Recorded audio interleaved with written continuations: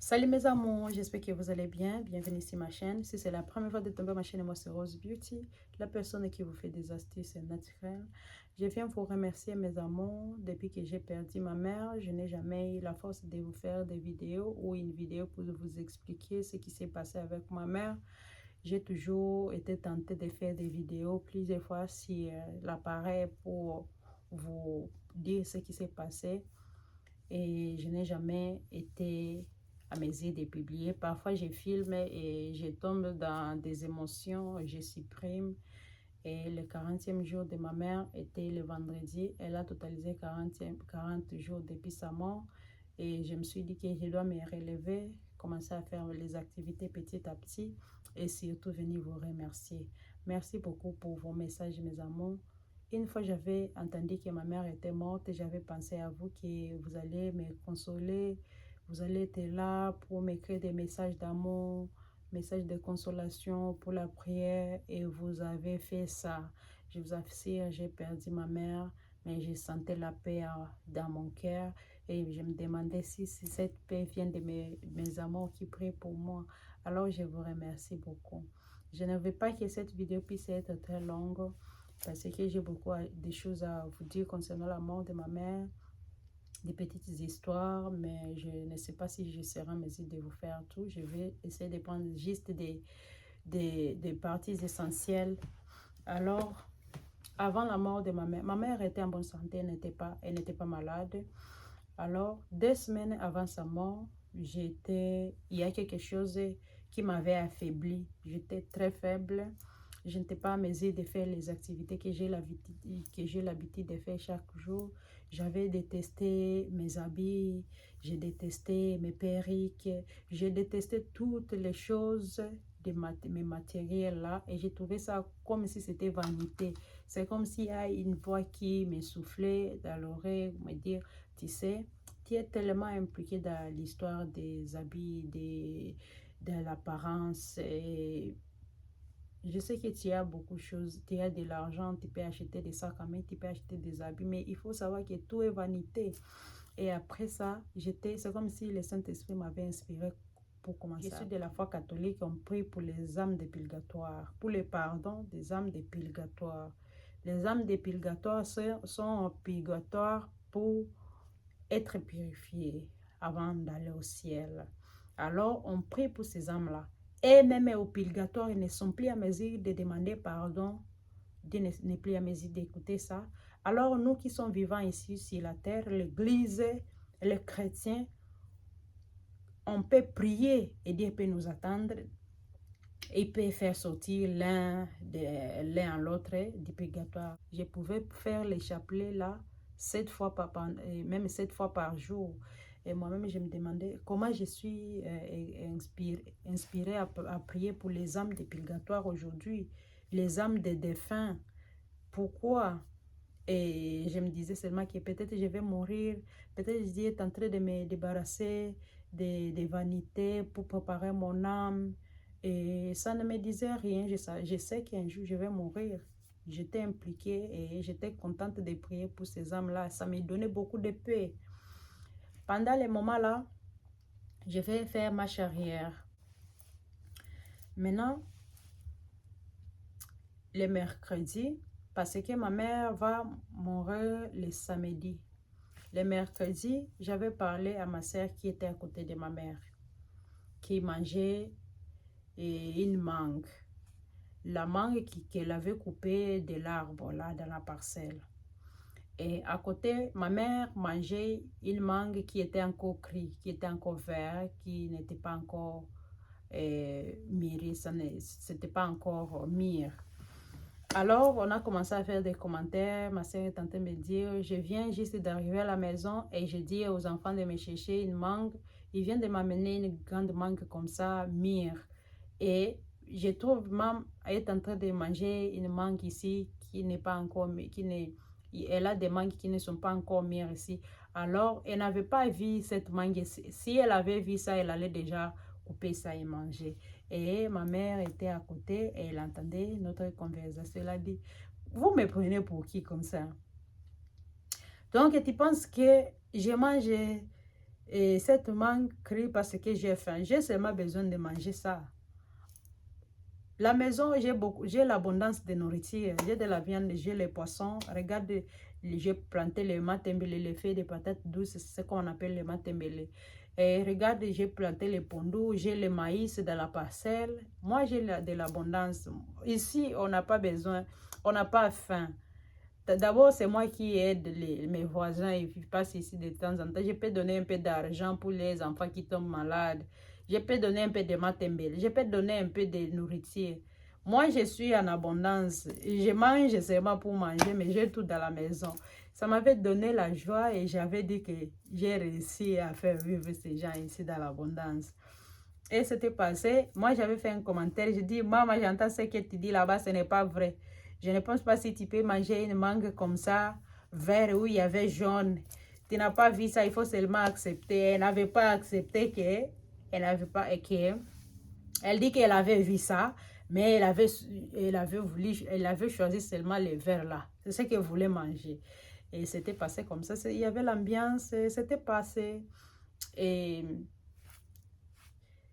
jeudi, vendredi, samedi, les samedis là. D'abord, le vendredi soir, j'avais réussi les messages audio de ma soeur qui me disait, oh, j'ai entendu, parce que ma soeur n'était plus à la maison, elle avait voyagé. Elle m'a dit qu'on m'a appelé au téléphone et on a dit que maman elle n'avait pas bien dormi, elle ne se sent pas bien. Voilà, je ne me sens pas bien aussi et je m'inquiète. Et comme je ne suis plus sur place, je ne sais pas ce qui va se passer. Et voilà. Je n'ai pas trouvé ça un problème. Je sais que ma mère a toujours dit, oh, j'ai mal à la tête. Elle prend les aspirines comme ça, les paracétamol, ça passe. Oh, je me sens déjà bien. Ça, là, m'avait rien dit. Hein. Et j'ai dit, ok, on va voir comment ça s'est passé. Mais tu peux lui dire d'aller à l'hôpital. Le samedi matin, elle ne s'était pas bien réveillée. Et elle avait décidé d'aller à l'hôpital. Le matin, là, ma soeur, là, ma grande soeur m'envoie un message comme quoi, oh, maman s'est réveillée, elle n'est pas vraiment bien, ça ne va pas. Un peu de temps, je vois ma petite soeur m'écrire que, oh, ce qui m'étonne dans cette histoire, parce que ma petite soeur aussi n'est pas à la maison, et elle est chez elle, elle s'est mariée. Elle m'appelle, me dit, ce qui m'étonne dans cette histoire de maman, elle était bien hier, mais aujourd'hui, on dit qu'elle n'est plus à mesure de se mettre debout pour aller à l'hôpital d'elle-même. On doit la transporter, la mettre dans la voiture et l'amener à l'hôpital. Ça, là, m'a dit quelque chose. Ah, comment quelqu'un qui était bien n'est plus à mesure même de se lever pour aller à l'hôpital? J'ai dit non. C'était le matin et il fallait que j'ai fait les rosaires avec mes enfants. On fait les rosaires de chaque jour. Et comme ils n'avaient pas cours ces jours-là, les samedis, j'avais décidé de faire les rosaires avec et le matin, prier notre chapelet des jours. Alors, on a prié, on a fini. Je trouve encore un message dans mon téléphone. Ma soeur, oh, si tu as moyen, tu peux appeler maman. Je dis, c'est le matin encore, je cherche à faire les petits déjeuners pour les enfants et pour mon mari. Donc, je vais appeler quand j'ai fini. Il dit, non, non, non, non, il faut appeler, Il y a des choses qui ne vont pas là-bas. Je regrette comment j'ai voyagé. Je ne suis pas là, je ne suis pas à mesure de gérer des choses. Et il semble qu'elle n'est pas bien. On l'a amenée à l'hôpital. Elle n'est plus à mesure de soulever la langue pour parler. Je dis, moi, tout ça, ça ne me dit pas. Hein? Ça ne me dit pas beaucoup. Je dis, je dois donner la nourriture aux enfants. Et comme j'avais déjà fini mon rosaire là, je voyais qu'il n'y a pas quelque chose de mal qui peut m'arriver encore. Je suis dans les garanties là. J'étais calme. Voilà. Je vois encore l'appel de ma petite sœur. Elle est en train de pleurer. Je dis, ça c'est quoi? Pourquoi vous me paniquez comme ça? Je suis loin. Je dois m'occuper des enfants. Et il faut m'appeler comme ça. Tu pleures quoi? L'appel a coupé. Ma grande sœur m'a appelé encore. Il faut appeler maman. Il faut appeler maman. Je dis, waouh. J'ai pris mon téléphone et j'ai appelé le numéro de ma mère. Elle était déjà à l'hôpital. Ça passe poum, poum, poum. Elle ne prend pas. J'ai appelé mon père parce que mon père était à l'hôpital avec. Mon père n'a pas pris l'appel. J'ai commencé à avoir un peu de peur dans moi. J'ai rappelé encore le numéro de ma mère. Et elle avait décroché. Elle dit, allô, maman. Elle dit, allô, maman. Je dis, maman, qu'est-ce qui ne va pas? Qu'est-ce qui ne va pas? Quel est ton problème? Tu étais bien, du coup, on m'a dit que tu n'es plus à mesure de soulever la langue. Elle dit, maman, hein, je ne sais pas. Elle est en train de me parler, hein. La langue, c'est comme si la langue colle, hein. Elle ne sait plus parler. Je dis, maman, toi qui parles beaucoup comme ça, parce que ma mère parle beaucoup. C'est elle qui parle beaucoup dans notre famille. Elle est l'animatrice. Elle anime beaucoup. Mais ces jours-là, je dis, maman, ta langue, qu'est-ce qui ne va pas? Je dis, je ne sais pas. Je dis, tu as mangé quoi? Elle me dit, j'ai mangé hier, c'était à 14 heures et j'avais vomi. Et jusqu'à maintenant, je n'ai pas encore mangé. Et c'était déjà presque dans les 16 heures là chez eux. Je dis, alors tu as faim? Qui a mangé hier à 14 heures? Et jusqu'à maintenant, tu n'as pas encore mangé, c'est le soir. Tu as faim. Maman, tu as faim. Pourquoi tu n'as pas mangé avant d'aller au lit? Maman, je n'avais pas d'appétit. Elle me dit qu'elle n'avait pas d'appétit. J'ai dit, maman, ce n'est pas toi qui nous disais quand on grandissait que même si tu n'as pas d'appétit, quand tu es malade, tu dois manger. Comment tu n'as pas mangé? Mange quelque chose. Elle m'avait consolée en me disant, ça, c'est le mot qui me fait mal dans notre conversation. Et c'était notre dernière conversation. Je me condamne de voir que je n'étais pas à mesure de savoir que c'était notre dernière conversation. J'ai négligé ça.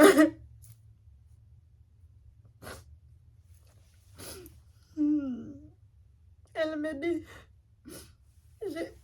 il y a quelqu'un qui est resté à la maison me faire un petit foufou. Voir si je vais manger. Moi, j'avais trouvé seulement que ma mère avait faim parce qu'elle n'avait pas mangé hier.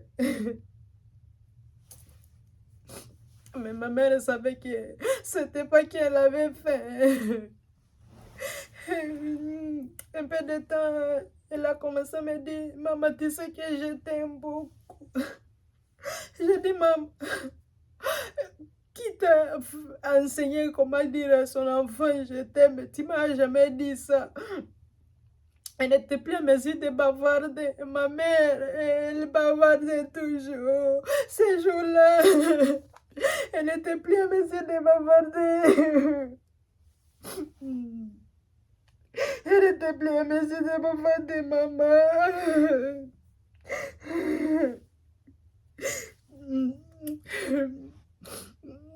J'avais compris. Peut-être elle a l'habitude de suivre les films de Novelas TV. Elle a appris à dire à ses enfants, je t'aime. C'était le dernier je t'aime. C'est le premier je t'aime que ma mère m'a dit, le dernier. Ma mère, je sais qu'elle m'aimait. Mais je ne vais jamais dire qu'elle m'aimait.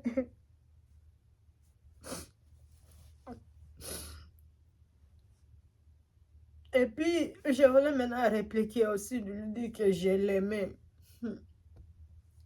Elle était calme, elle est restée calme.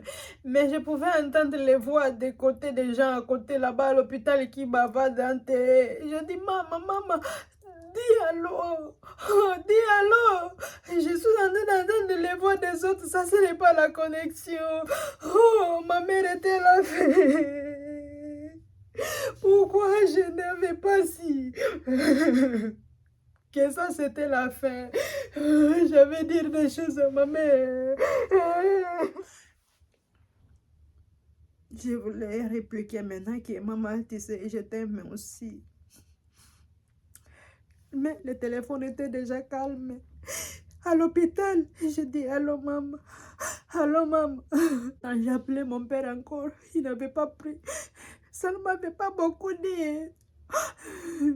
J'ai continué mes activités. Mais je vais appeler ma grande sœur pour lui dire que j'ai pas la maman. Elle parle encore, mais sa voix, c'est comme si sa langue ne monte pas correctement. Du coup, j'ai conçu l'idée. Je ne pensais pas que ma mère allait mourir. J'ai conçu l'idée de dire à ma soeur, s'il peut trouver un prêtre de la paroisse au téléphone, il peut le contacter, lui dire de rapidité à l'hôpital où ma mère était pour voir ce qui se passe. Mais c'est le Saint-Esprit qui m'avait inspiré ça. Ma sœur, vite à rapidité, elle n'avait pas paniqué aussi. Elle a appelé un prêtre. Oh père, il y a un problème à la maison. Si tu peux passer, pas à la maison, mais à tel hôpital, ma mère est là-bas. Tu peux localiser telle personne, il va t'amener là-bas.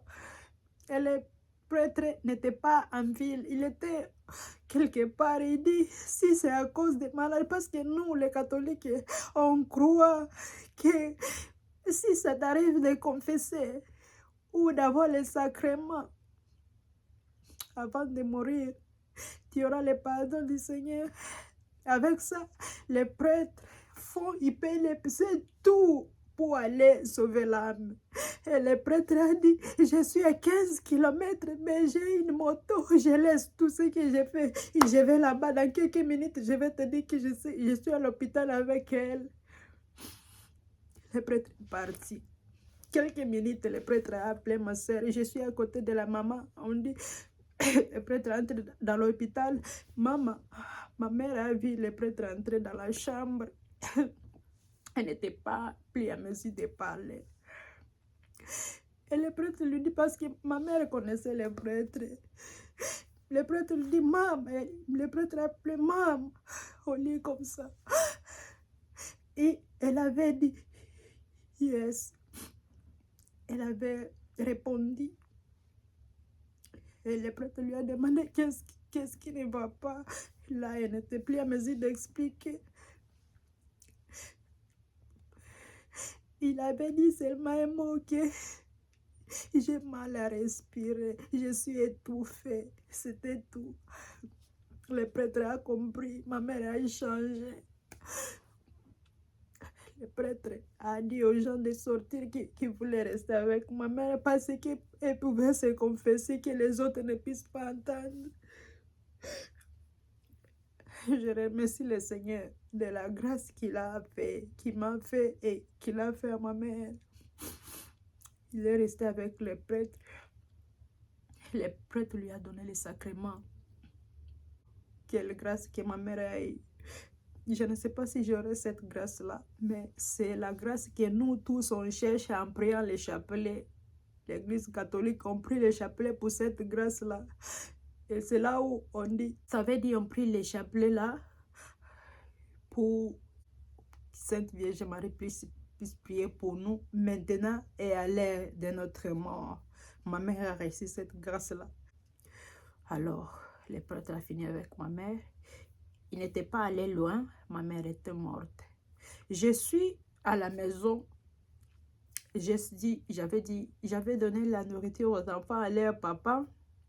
Le samedi, leur papa ne travaille pas parce que j'ai une chambre ici que je voulais faire une chambre pour ma chaîne YouTube où je vais vous faire des vidéos. Chaque fois, je vous fais des vidéos seulement dans la salle de bain. Je voulais commencer maintenant à m'asseoir pour vous faire des vidéos quelque part. Et j'ai commencé à aménager une chambre et mettre la peinture. C'est le mieux la couleur que j'aime, de la couleur que j'aime. Et ces jours-là, on avait le programme parce que mon mari ne travaille pas. Il allait m'aider à peindre cette chambre-là. On avait déjà acheté la peinture. Et il était déjà dans la chambre en train de peindre après avoir mangé la nourriture du matin, le déjeuner.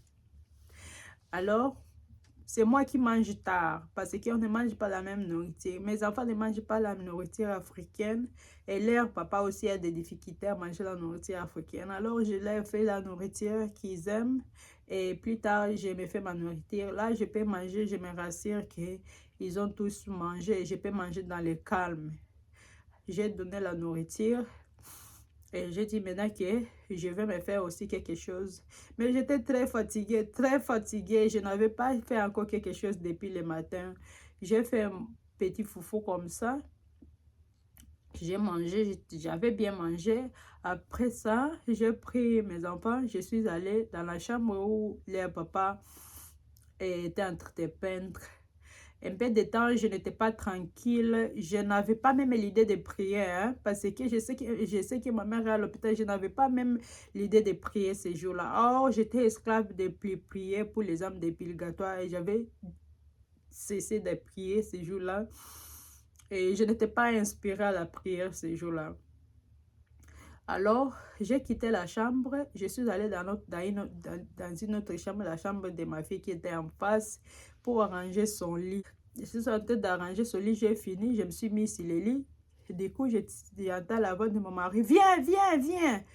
Il n'a pas aussi une bonne manière d'appeler quelqu'un qui a perdu quelqu'un cher. Viens. Comme si j'avais un problème avec. C'est quoi?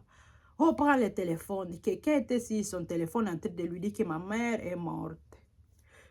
Alors, prends celui-là. Il y a quelqu'un qui veut te parler. La personne, oh, maman est morte. Les coups là, mes chers amis, frères et sœurs, je n'ai jamais eu un coup qui a touché mon cœur, boum, boum, ces jours-là. Je ne me suis jamais imaginé la mort de ma mère. Je ne me suis jamais imaginé la mort de ma mère parce que c'est la personne forte de la famille. C'est la personne courageuse de la famille. C'est la personne qui parle beaucoup de la famille. On s'est fatigué. Elle va commencer à vous raconter les histoires ici. Elle pouvait vous raconter l'histoire de quand elle grandissait jusqu'à ce qu'elle s'est mariée à mon père. Tout ça, elle n'a jamais oublié de nous raconter. On s'est fatigué. Ce sont des histoires qu'il nous a racontées dès qu'on était petit. Et nous, maman, on s'est fatigué avec cette histoire-là. Si j'ai entendu cette histoire, combien de fois dans ma vie, elle nous disait, oh, un jour, vous allez penser à ça et vous serez les handicapés. Vous allez pleurer parce que vous commencez à rejeter mes histoires. Je suis en train de vous raconter les histoires. Un jour, vous allez pleurer. Après ça, l'histoire, on a commencé à penser à l'histoire de comment je vais descendre au Congo. Au Congo, je me suis retrouvée ici avec mon passeport, le passeport congolais que j'ai. Ça a expiré, ça avait déjà expiré. Et pour renouveler ça, je dois aller à New York pour aussi faire des applications de ça. Et puis ça allait sortir aussi, ça perd combien de mois, je ne sais pas. Et c'était impossible. On s'est renseigné au gouvernement d'ici. On dit que comme le Congo est mon pays, je peux voyager au Congo juste avec laissez-passer. Mais je ne pouvais pas rentrer aux États-Unis encore avec les laissez-passer ou les passeports invalides. Alors, il fallait que j'ai renouvelé mon passeport là-bas à Kinshasa pour venir, pour rentrer. On a appelé les gens à Kinshasa. Le gouvernement là-bas, c'est incapable pour faire sortir des passeports pour le moment. Ça veut dire le passeport, même si tu appliques pour ça, tu donnes l'argent, ça peut faire des mois et des mois. Et il y a des gens de diaspora qui sont au Congo, qui étaient allés là-bas pour quelques semaines et maintenant ils sont là-bas pour des mois. Ils ne savent plus rentrer parce qu'ils ne sont plus à mesure d'avoir les nouveaux passeports pour les faire rentrer en Occident. Alors, on m'a dit de rester et j'ai décidé de rester ici parce que je ne voulais pas prendre le risque de descendre là-bas et laisser les enfants. J'ai des petits-enfants et une fois je quitte la maison seulement pour 2 heures, ils ne sont plus à mesure de prendre soin de même leur papa là. Je prends soin de tout le monde dans la maison, mais je m'imagine si je descends maintenant à Kinshasa ou au Congo pour une semaine ou 2 semaines et puis ça va me durer 1 mois, 3 mois, 4 mois. Ça serait une autre chose. Et j'avais décidé de rester ici à la maison. Une autre partie des choses qui m'a fait très mal était dans notre coutume, la famille de ma mère, il faut que la famille de ma mère passe prendre toutes ces histoires, les habits, les sacs à main, tout, même les choses qu'elle utilisait à la cuisine, les casseroles, les assiettes, tout, sa famille doit amener. Alors, ma mère avait beaucoup d'habits. Ma mère avait beaucoup d'habits. Mon mari lui envoyait, quand mon mari allait au Congo, il lui achetait des souliers. des habits. Et ces jours-là, après son enterrement, on a enterré ma mère. Sa famille est passée, ses sœurs, pour récupérer ses histoires. On a ouvert sa valise, elle avait des valises. Beaucoup d'habits à l'intérieur. Ma mère, elle a les habits qu'elle n'avait pas encore portés. J'ai vu les souliers que mon mari lui avait amenés quand j'étais encore au Congo. Il n'avait pas encore porté ça. Et je lui demandais au téléphone, maman, je t'ai jamais vu porter tel soulier, tel soulier. Elle dit, maman, c'est tellement joli. Je ne sais pas comment porter ça ici, c'est joli. Mais je ne pensais pas qu'elle allait mourir un jour et elle allait laisser ça. Ma mère n'a pas porté. Elle n'a pas porté ces souliers-là. Elle n'a pas porté beaucoup de ses habits. Elle faisait coudre les habits, les pagnes. Elle n'avait pas porté. Ma mère était économe. Elle gardait de l'argent toujours. Elle avait beaucoup d'argent qu'elle avait laissé, qu'elle avait dit qu'on allait donner à ses petits-enfants. Et même mes enfants ont ici ça. Ma mère était économe. Ma mère ne voulait pas utiliser de son argent. Elle faisait tout pour faire les champs de matembele, de pono, de faire des patates douces et de faire des maniocs pour qu'elle puisse manger sans aller au marché acheter quelque chose. Ma mère était économe. Ma mère était la tête de la famille. Ma mère était disponible à la maison. Ma mère elle ne savait pas se promener. Ma mère était toujours là. Mais à la maison, c'est vide. C'est vide. Il n'y a personne. Il n'y a pas toutes ces histoires. On a pris. On a pris tout. On m'a consulté si je pouvais aimer prendre un peu d'habits de ma mère. J'ai vu que ça allait me ronger. Ça allait me torturer. Voir ces habits. J'ai décidé. Comprenez tout. Comprenez tout. On a amené ces deux valises. J'ai vu. J'ai vu ça avec mes yeux. Dernièrement, je vois le numéro de téléphone de ma mère. Je dis, peut-être je peux être chanceuse. Je peux appeler ce numéro. Sentir sa voix, écouter sa voix. Mais je n'ai pas eu de la chance. Le numéro n'a pas passé.